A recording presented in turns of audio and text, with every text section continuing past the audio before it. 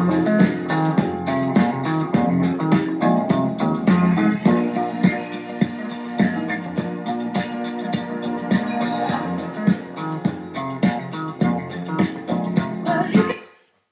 drillers!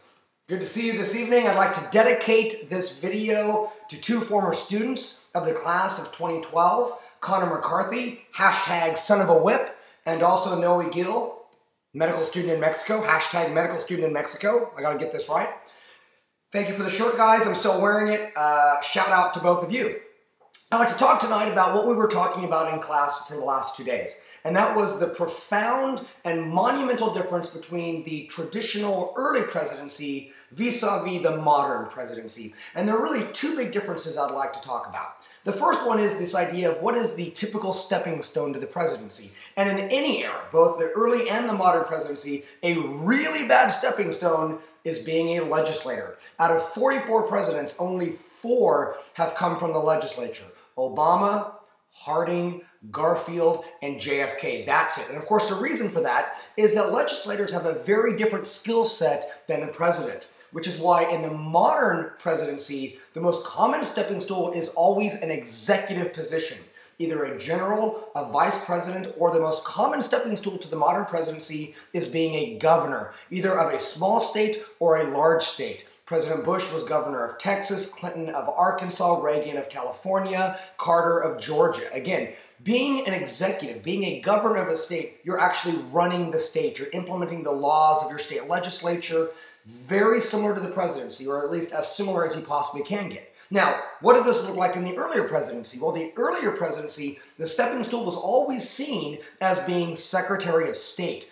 Thomas Jefferson was Washington's Secretary of State. Madison was Jefferson's Secretary of State. Monroe was Madison's Secretary of State. John Quincy Adams was Monroe's Secretary of State. And then you had the scandal of 1824, the corrupt bargain of 1824, which also revolved around making Henry Clay the Secretary of State. So in the early presidency, Secretary of State was the stepping stool. Nowadays, it's more the governor. We all know Hillary Clinton hopes that we go back to the way that it used to be. Now, the other big distinction between the early and the modern presidency has to be about the qualifications. Remember, in the early presidency, we really wanted men of a continental reputation, as Hamilton said. And we don't want, as they said in Federalist Paper number 64, we don't want a transient meteor. We want somebody with a large body of accomplishment. So you have a Washington, who of course helped to win the Revolutionary War. He was in charge of the Constitutional Convention. You have Adams, who before he was president, he was vice president. He was the star of the Second Continental Congress. He was America's first ambassador to England. You have Thomas Jefferson, writer of the Declaration of Independence, writer of the Virginia Statute of Religious Freedom, our diplomat in France who took Benjamin Franklin's spot. He was our first Secretary of State under the Washington administration. All this, he was Adams' vice president before he became president. So in the early days, we wanted presidents who had a sound, long-standing public record of accomplishment, okay? Lots of gravitas. Nowadays, not to insult any presidents, but of course, nowadays we really want presidents, yes, we want them to have accomplishments, we want them to be governors, but what we really want nowadays are presidents that have the ability to communicate, who have quite a bit of oratorical razzmatazz, if you will. Look at all the great two-term presidents of the 20th century. You have your Woodrow Wilsons, you have your FDRs, you have your Clintons, you have your Reagans, you have your Obamas. All of them are maestros of communication. They're great at public speaking. Now, look at the early presidents. What could they do?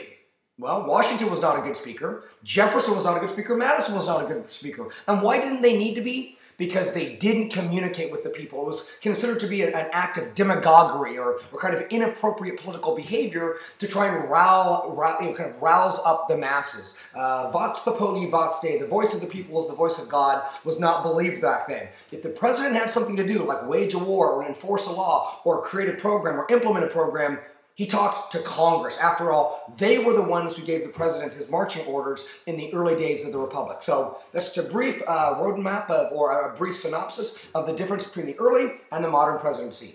Power to the people.